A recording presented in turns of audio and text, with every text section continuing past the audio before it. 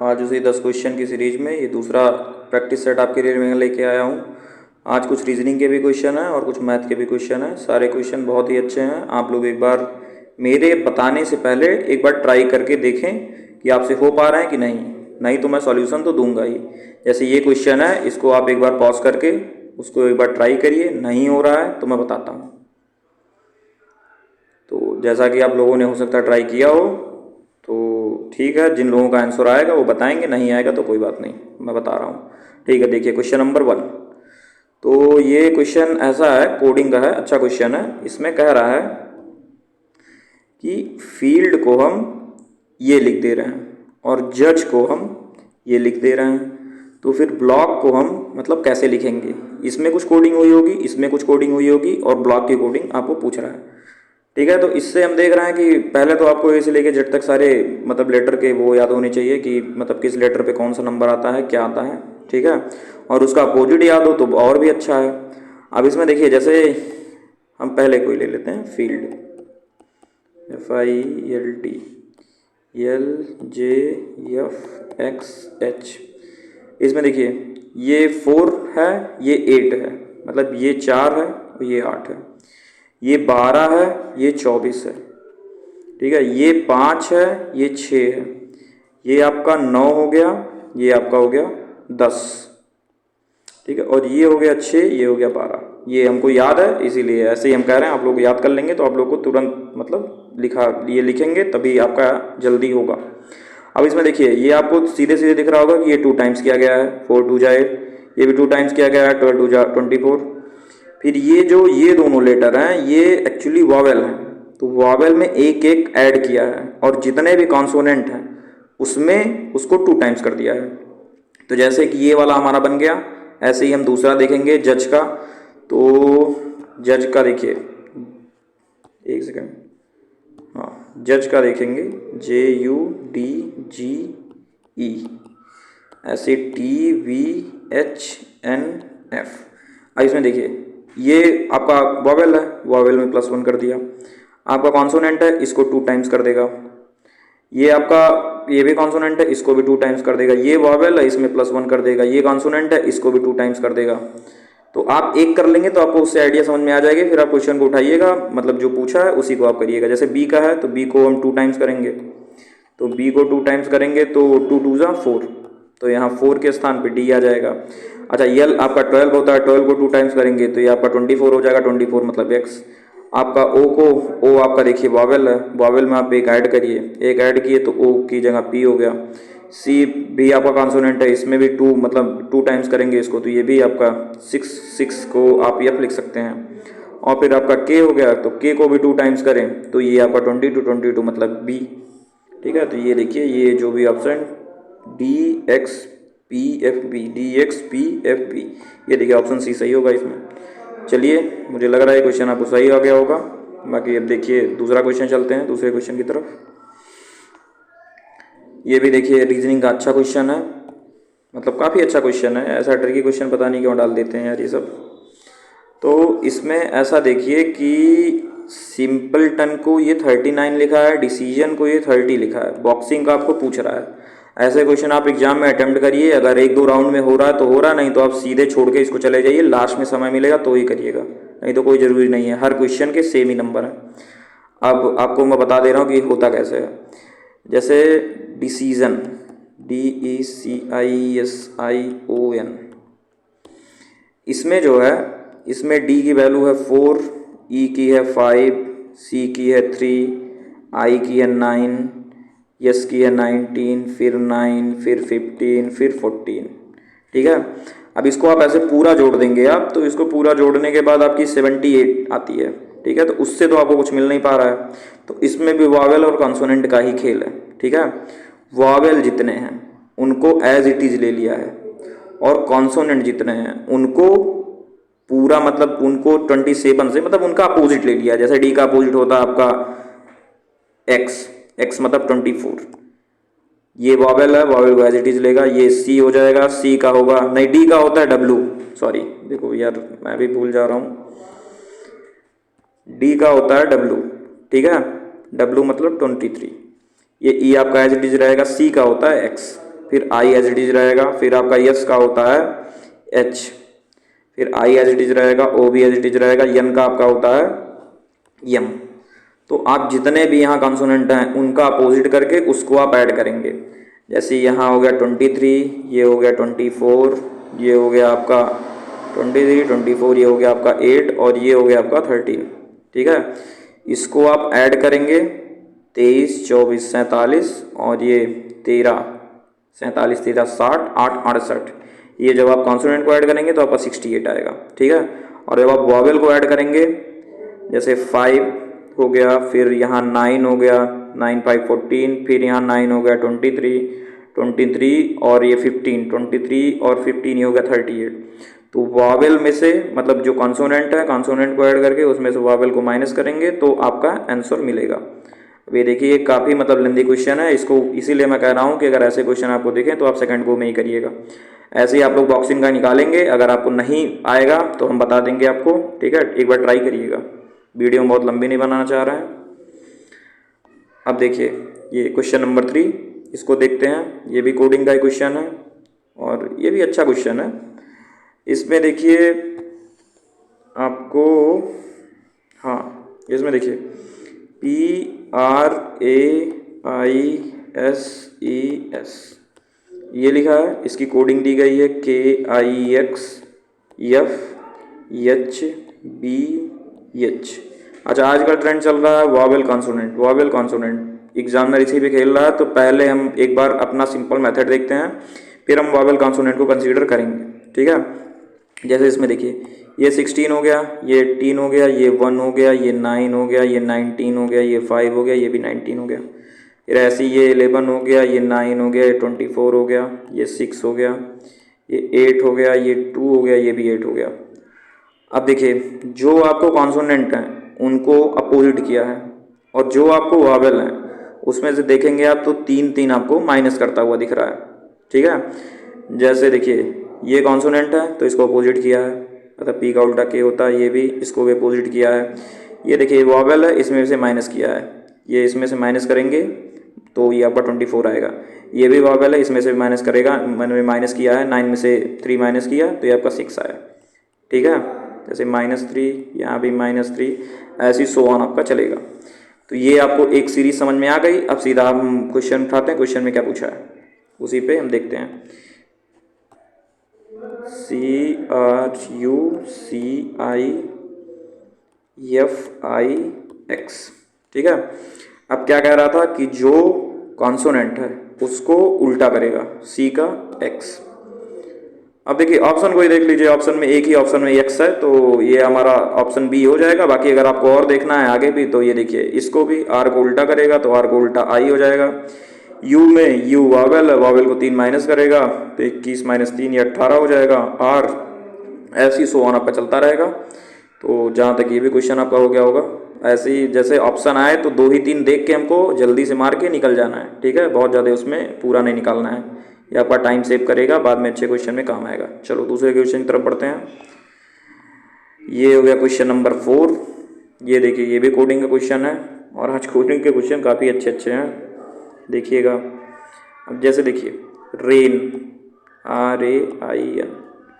RAIN, rain आप लिखे, इसकी प्लेस वैल्यू लिख डालिए 18, 1, 9, 14 सबको। अच्छा फर्स्ट हमारे दिमाग में यही आता है कि सबको ऐड करके हम देखें कि 44 आ रहा है कि नहीं, तो हम इन सबको ऐड करेंगे तो 18, 1, 19, 9, 28, 28, 14, 42, मतलब 42 और हमको 44 पाना है, तो मतलब 2 ऐड किया होगा। अब यहाँ 2 वावेल भी हैं, 2 कॉन्सोनेंट भी हैं, तो इसमें वावेल को ऐड किया है, कॉन्सोनेंट को ऐड किया है, वो हम बाद में देखेंगे। ठीक है, अब ऐसे दूसरे को भी देख लेते हैं। क्लाउड, CLOUD, मतलब 3 + 12 + 15 + 21 + 4, तो ये आपका 12, 3, 15, 15, 30, 30, 25, 55, ये 55 हो गया। अब इसमें हमको 58 जाना है, तो 58 मतलब ये देखिए इसमें 2 ही वावेल हैं, तो वावेल को ये नहीं ऐड किया होगा, कॉन्सोनेंट को ऐड किया होगा।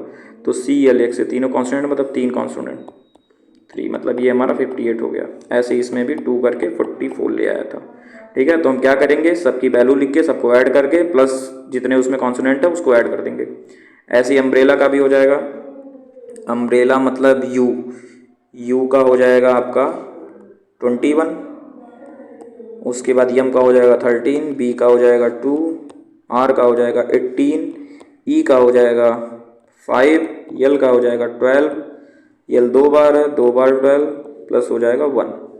अब 21, 13, 34, 34 2 36, 36 18 54, 54 5 59, 59 1 60, 60 और ये हो जाएगा आपका 12 12 24, 60 24 84। 84 में कितने अब आपके कॉन्सोनेंट हैं?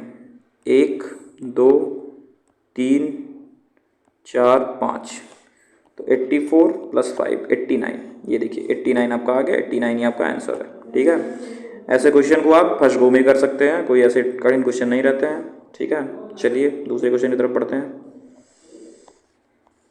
क्वेश्चन नंबर 5, यहाँ से आप लोग का मैथ शुरू हो गया। मैथ के भी आज अच्छे अच्छे क्वेश्चन हैं, जैसे ये 2 क्वेश्चन काफ़ी अच्छा है, आप लोग को देख के मजा आएगा। इसमें कहा है एक रोम्बस, जैसे इस क्वेश्चन को आप पढ़ेंगे तो ये कह रहा है कि 1 डायगोनल ऑफ अ रोम्बस, मतलब एक समचतुर्भुज के विकर्ण की जो लंबाई है वो 16 मीटर है। ठीक है, और उसकी एरिया दिया है। ठीक है, अब उस पर कॉस्ट ऑफ फेंसिंग पूछ रहा है, मतलब चारों साइड आपका, जैसे ये है रोम्बस, ठीक है, ये उसका एक डायगोनल हो जाता है, ये दूसरा डायगोनल हो जाता है, इसको हम कहते हैं D1, इसको कहते हैं D2। और ये जो कॉस्ट ऑफ फेंसिंग होती है या बाड़ा लगाने की, तो बाड़ा लगाने की हम ये चारों साइड को निकालते हैं। अच्छा, रोम्बस हो गया, स्क्वायर हो गया, इन दोनों की एक प्रॉपर्टी है कि इनकी चारों साइड इक्वल होती हैं, मतलब चारों साइड आप बराबर होती हैं। ठीक है, तो आप देखेंगे पहले तो हम इसको फार्मूला में पुट करेंगे। जैसे रोम्बस के एरिया निकालने का फार्मूला होता है half of D1 into D2। ठीक है, तो D1 इंटू D2, अच्छा half of D1 into D2, area हमको कितना दिया है? एरिया दिया है हमको 240। ठीक है, अब इसमें हम D1 को पुट करेंगे, D2 हम निकालेंगे। D1 को पुट किए 16 आ गया, D2 हमारा नहीं पता हमको, इज इक्वल 240। ठीक है, यहाँ से इसको काटेंगे, 2 8 जा 8 30 जा, मतलब हमारा D2 आ गया 30। अच्छा, रोम्बस की जो दोनों डायगोनल होते हैं एक दूसरे को परपेंडिकुलरली, मतलब 90 डिग्री पे और इक्वली बाइसेक्ट करते हैं। बाइसेक्ट करते हैं मतलब दोनों साइड इक्वल इक्वल, ये साइड इसके इक्वल होती है और ये दोनों इन दोनों के इक्वल होती है। तो अगर ये पूरा हमारा 30 है, जैसे मान लो कि ये D2 हमारा 30 आ गया, तो ये हमारी एक साइड आ जाएगी आपकी 15। ठीक है, और D1 हमारा पूरा 16 था, तो एक साइड हमारी आ जाएगी 8। तो ये हम बाई पाइथागोरस से ये बगल वाली साइड को हम निकाल लेंगे, 15 का स्क्वायर प्लस 8 का स्क्वायर। ठीक है, और कुछ आप पाइथागोरस याद भी कर लीजिए, जो बेसिक है, आपको एग्जाम में समय आपके बचाएंगे। जैसे 15 का स्क्वायर 225 पाइथागोरस अगर हम लगाएंगे, और 8 का स्क्वायर 64, तो ये आपका 289 आएगा। 289 जो 17 का स्क्वायर है। अब हमको साइड जो है अभी मिली है कि वो 17 है, अब हमको बाड़ा लगाना है। बाड़ा लगाना मतलब चारों साइड से फेंसिंग करनी है। तो हमको अब देखिए पूरा हमको इरेज करना पड़ेगा, जगह कम पड़ जा रही है। तो ये था हमारा, ऐसी रही है, ये था हमारा रोम्बस। हमको ये साइड 17 पता चल गई थी। ठीक है, चारों साइड को हम निकाल लेंगे, तो 17 इंटू 4 आपका आ जाएगा 68। 68 में 21 मीटर की उस हिसाब से लगाना है, तो 68 इंटू 21 आप कर लेंगे, आपका 1428, यही आंसर हो जाएगा। ठीक है, आप लोग मल्टीप्लाई करके भी देख सकते हैं। चलिए, ये अच्छा क्वेश्चन है, बाकी दूसरे क्वेश्चन की तरफ बढ़ते हैं। ये देखिए, ये वर्क एंड टाइम का क्वेश्चन है। अच्छा, कह रहा है कि इसको करने का एक आसान सा तरीका है। अगर आप उससे जाएंगे ट्रेडिशनल मेथड से तो बहुत लंबा पड़ जाता है। इसको देखिए, करने का ये तरीका होता है कि हम एफिशिएंसी निकाल के करते हैं। जैसे P और Q ये एक साथ काम कर रहे हैं, और R और S एक साथ काम कर रहे हैं। जैसे कह रहा है PQ can do a piece of work in 24 days and RS can do the same work in 8 days. तो PQ 7 काम किए, 24 डेज में खत्म किए, RS 7 काम किए, ये 8 डेज में खत्म किए। तो पूछ रहा है कि चारों मिलकर उस काम को कितने दिन में खत्म करेंगे। तो PQ का हो गया, अब टोटल इनकी जो वो है, ये 24 डेज में कर रहा है, ये 8 डेज में कर रहा है। ठीक है, अब दोनों का हम एलसीएम लेते हैं। दोनों का एलसीएम जो हमारा होता है वही टोटल वर्क हो जाता है। ठीक है, ये तरीका होता है टाइम एंड वर्क के क्वेश्चन को अटेम्प्ट करने का, जल्दी अटेम्प्ट हो जाता है। अब इससे इनकी एफिशिएंसी आती है। जब टोटल वर्क को हम इनके टोटल डे से डिवाइड करते हैं तो जो भी मिलता है उनकी एफिशिएंसी मिलती है। जैसे इसकी एफिशिएंसी 1 हो गई, और ये 8 3 24 मतलब 8 3 24, इनकी एफिशिएंसी 3 हो गई। तो ये हो गए आपके 1, ये हो गए आपके 3, दोनों पार्टी मिल के काम कर रही है, मतलब चारों मिल के काम कर रहे हैं। तो एक दिन में 4 यूनिट काम कर रहे हैं। टोटल यूनिट वर्क हमारा 24 है। तो 24 पूछ रहा है कि ये सब मिलके कितने दिन में ख़त्म कर देंगे। तो एक दिन में 4 यूनिट, तो कितने दिन में ख़त्म कर देंगे? 6 डेज में। तो 6 डेज आपका आंसर हो जाएगा। ठीक है, चलिए दूसरे क्वेश्चन की तरफ चलते हैं। ये भी हमको लग रहा है आपको समझ में आया होगा। क्वेश्चन 7, ठीक है, ये भी देखिए समझने वाला क्वेश्चन है, कुछ ऐसा है नहीं इसमें। ये कह रहा है कि chalk stick contain 12% of calcium and 3% of carbon, ठीक है। Then the amount of the rest substance in 1.5 of the chalk stick. यही इसकी थोड़ी ट्रिक है। अगर इसको आप एक बार पढ़ने से समझ गए तो आपका आंसर तुरंत निकल जाएगा, नहीं तो आप फंस जाएंगे। कह रहा है कि एक चाक स्टिक है 1.5 kg की, जिसमें 12% आपका कैल्शियम है, ठीक है, और आपका 3% कार्बन है। तो कोई जो मतलब कोई भी आपका चीज़ होता है वो अपने में 100% होता है। 100% की वैल्यू ये 1.5 ग्राम दिया है। 100% की वैल्यू 1.5 kg दिया है। और ये कह रहा है कि इसमें 12% ये है और 3% कार्बन है। पूछ रहा है रेस्ट की वैल्यू, तो 12 दिन 15 मतलब 100 में से 15% गया 85%। 85% की वैल्यू पूछ रहा है आपको, 100% की वैल्यू दिया है, तो इसमें कुछ नहीं करेंगे। 85% से इसको मतलब 1.5 kg का 85% निकाल लेंगे, तो इंटू 15, और ये जब परसेंटेज से ग्राम में निकालेंगे तो ये बाई 100 हो जाएगा। ठीक है, तो इसको हम गुणा करेंगे तो 15 × 5 = 75 के 5 हासिल 7, 15 × 120 और 7 × 127। ठीक है, 127 ये आपका ग्राम में आ जाएगा। ये देखिए ये ऑप्शन आपका सही हो गया। ठीक है, चलिए दूसरा क्वेश्चन की तरफ चलते हैं।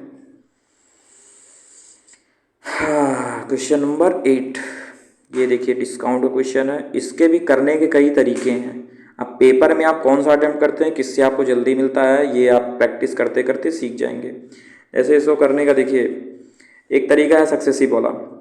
अब यहाँ देखिए सक्सेसिव लगाइए, क्योंकि सक्सेसिव से ये आपका जल्दी होगा। अच्छा, वो जो दूसरा तरीका है वो किसी क्वेश्चन में आएगा तो मैं आपको बता दूंगा। अब इसमें देखिए जैसे सक्सेसिव होता है तो हम ऐसे लेते हैं, डिस्काउंट का फार्मूला है x + y - xy / 100। ये आपकी x जो है वो पहली वैल्यू होती है, y जो है दूसरी वैल्यू होती है, और दोनों का मल्टीप्लिकेशन होता है, बाई 100 हो जाता है। जैसे यहाँ x की जगह हम रखेंगे 15 और y की जगह रखेंगे 10 - 15 × 10 / 100। ठीक है, तो यहाँ हमको मिल जाएगा 15 × 10 = 25, 25 - 1.5 ये आपका 23.5 मिल जाएगा। ये एक जगह आपका डिस्काउंट हो गया। अभी आपका 5% और बचा हुआ है। अब हम फिर यही 23.5 को इसी में पुट करेंगे। देखिए फिर वही same formula, same trick, x + y - xy / 100। तो ये 23.5 + 5 - 23.5 × 5/100, ये सब परसेंटेज में ही चल रहा है। ठीक है, साइन में नहीं लगा रहा हूँ। तो 23.5 + 5 28.5। ठीक है, अब 28.5 में से माइनस ही होगा। ठीक है, तो ये बड़ा है, ये तो हो नहीं सकता, ये भी बड़ा, ये भी नहीं हो सकता है। ठीक है, अब ये आप मल्टीप्लाई करेंगे तो थोड़ा ही माइनस दिख रहा है और पॉइंट के बाद ज़्यादा वैल्यू जा रही है, तो एग्जैक्ट तो हमको 26.5 नहीं मिलेगा। ठीक है, तो हमको थोड़ा ही कम मिलेगा, तो थोड़ा कम ही यही है, ऑप्शन डी। तो अगर आपके पास समय कम है और ऐसे कर रहे हैं तो मतलब अप्रॉक्सीमेट मार के आप जा सकते हैं। अगर नहीं समय है तो आप पूरा निकाल लीजिए। ठीक है, जैसे इसका ऑप्शन डी सही है। ठीक है, बाकी आप लोग करके भी एक बार देख लेंगे, लेकिन करने का यही तरीका होता है। ठीक है, आप समझ में आ ही गया होगा। चलिए दूसरे क्वेश्चन की तरफ बढ़ते हैं। क्वेश्चन नंबर 9, ये देखिए पास फेल वाला क्वेश्चन है। ये भी अच्छा क्वेश्चन आता है।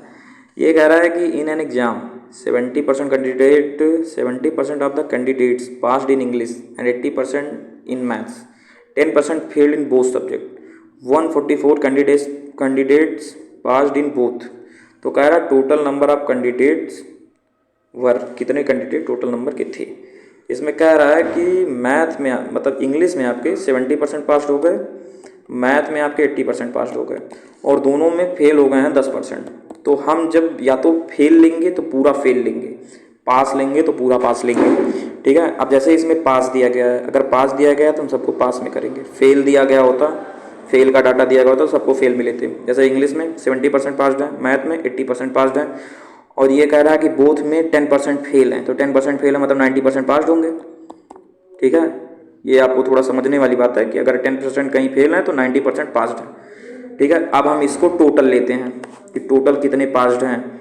तो 70% 80%, ये आपका हो जाएगा 150%। ये ऐसे होता है कि 150% में से, जैसे जो दोनों, एक इंग्लिश में कुछ पास हुए होंगे, कुछ मैथ में पास हुए होंगे, अलग अलग दोनों का, और दोनों में पास हैं आपके 90%, तो मतलब दोनों का अंतर कितना आ रहा है, 60% का। ठीक है, ये आपको मैं ऐसे समझाऊं कि ये देखिए, ये वेन डायग्राम से होता है, ये हो जाएगा आपका मैथ, ये हो जाएगा आपका इंग्लिश, और ये हो जाएगा बोथ में। ठीक है, तो अगर मैथ में कुछ बच्चे पास होंगे, कुछ बच्चे इंग्लिश में पास होंगे, कुछ बच्चे दोनों में पास होंगे। ठीक है, बोथ में, मतलब ये बोथ है। तो ऐसी मैथ में 70% अगर पास हो गए, इंग्लिश में आपके 80% पास हो गए, और दोनों को मिला के आपके 90% बच्चे पास हैं। तो ये 70 80, ये 150 150 माइनस 90, जो भी बचेगा आपका 60%, 60% की वैल्यू आपकी दी गई है, 60% की वैल्यू है 144। अच्छा, इसको हम अब 100% की वैल्यू हमको चाहिए, कितने लड़के टोटल थे, सब हर कोई चीज़ 100% ही होती है खुद में। तो ये 12 पंचे 60, 12 बढ़ाइए 144, इसको 100 बनाना, इसको 100, मतलब इसको 100 बनाना है, जिससे इसमें मल्टीप्लाई करेंगे, उसी से इसमें मल्टीप्लाई करेंगे, तो ये 20 पंचे 100, तो इधर भी 20 कर देंगे, मतलब 240 लड़के, 240 टोटल लड़के थे। ये देखिए हो गया। अगर यह क्वेश्चन आपको नहीं समझ में आएगा दोबारा बताइएगा, दोबारा मैं आपको दूसरे तरह से समझा दूंगा। ठीक है, वैसे कोशिश करिएगा, समझ में आ जाएगा यार। अच्छा, अब आइए क्वेश्चन नंबर 10 और लास्ट क्वेश्चन भी आज का। ये भी समझने वाला क्वेश्चन है, अगर आप समझ जाएंगे तो तुरंत आंसर निकाल सकते हैं, नहीं समझ पाए तो फिर समय लग सकता है। देखिए, इसमें हमको लग रहा है कि 3 ही ऑप्शन भी है, 4 ऑप्शन होना चाहिए था। हाँ, समीर का, देखिए, Sameer walks a certain distance, Sameer walks a certain distance and ride back taking a total time 40 minutes. मतलब समीर कहीं जाता है, पैदल चल के जाता है, और राइड बैक्स, मतलब राइड में तो घोड़े पे चल के आ रहा है, किसी चीज़ पे चल के आ रहा है, तो उसको टोटल जर्नी में, जैसे ए से बी वो गया और बी से फिर वो आया, एक बार पैदल जा रहा है, एक बार किसी चीज़ पे बैठ के आ रहा है, तो उसको 40 मिनट लग रहा है। ठीक है, अब फिर उसके बाद ये कह रहा है कि अगर दोनों तरफ से ये खाली चलता तो इसको 70 मिनट लगते, मतलब इधर से गया और आया तो 70 मिनट लगते। तो अच्छा, एक बात बताइए कि अगर 70 मिनट दोनों तरफ से लग रहा है चलने में, तो एक तरफ से आपको 35 मिनट लगा होगा। भाई ये 35 जा रहा है, 35 आ रहा है, तभी तो 70 मिनट लगा। तो एक तरफ से आपको चलने में 35 मिनट लगा। अच्छा, जब ये टोटल जा रहा था, मतलब पैदल और चल के आ रहा था, पैदल चल जा रहा था और किसी चीज़ पे बैठ के आ रहा था, तब इसको 40 मिनट लग रहे हैं। पैदल जब जा रहा है तो इसको 35 मिनट लग रहे हैं एक साइड से। तो टोटल जब ये किसी चीज़ पे बैठ के जा रहा है तो मतलब 5 मिनट में पहुंच जा रहा होगा, तभी तो 40 मिनट लगा। ठीक है, तो यही कह रहा है कि how long would it take him to ride both ways. अच्छा, एक साइड से आने का इसको 5 मिनट लग रहा है, तो दो साइड से, अब यही कह रहा है कि अब ये कंडीशन पूरी चेंज हो गई। ये कह रहा है कि अब दोनों साइड से किसी चीज़ पे बैठ के जाएगा, तो किसी चीज़ पे बैठने के लिए एक साइड से जा रहा था 5 मिनट लग रहा था, दो साइड से जा रहा है 10 मिनट लग रहा है। ठीक है, जैसे यहाँ से ए से बी ये किसी चीज़ पे बैठ के गया, फिर आया, तो वैसे इसको पैदल जाने में ए से बी तक 35 मिनट लग रहे थे, 40 मिनट हमारा टोटल था, तो 5 मिनट हमको एक साइड से लग रहा था, तो दो साइड से 10 मिनट लगेगा। ठीक है, ये समझने वाली बात है, आप समझेंगे तो आपको समझ में आ जाएगा, नहीं आएगा तो बताइएगा हमको, हम आपको फिर बता देंगे। आज के लिए इतना ही है, लेकिन जितने क्वेश्चन मैं बताता हूँ आप एक बार रुक के पॉज करके पहले आंसर निकालने की कोशिश किया करिए, फिर किया करिए। ठीक है, चलिए फिर कल मिलते हैं, बाय बाय।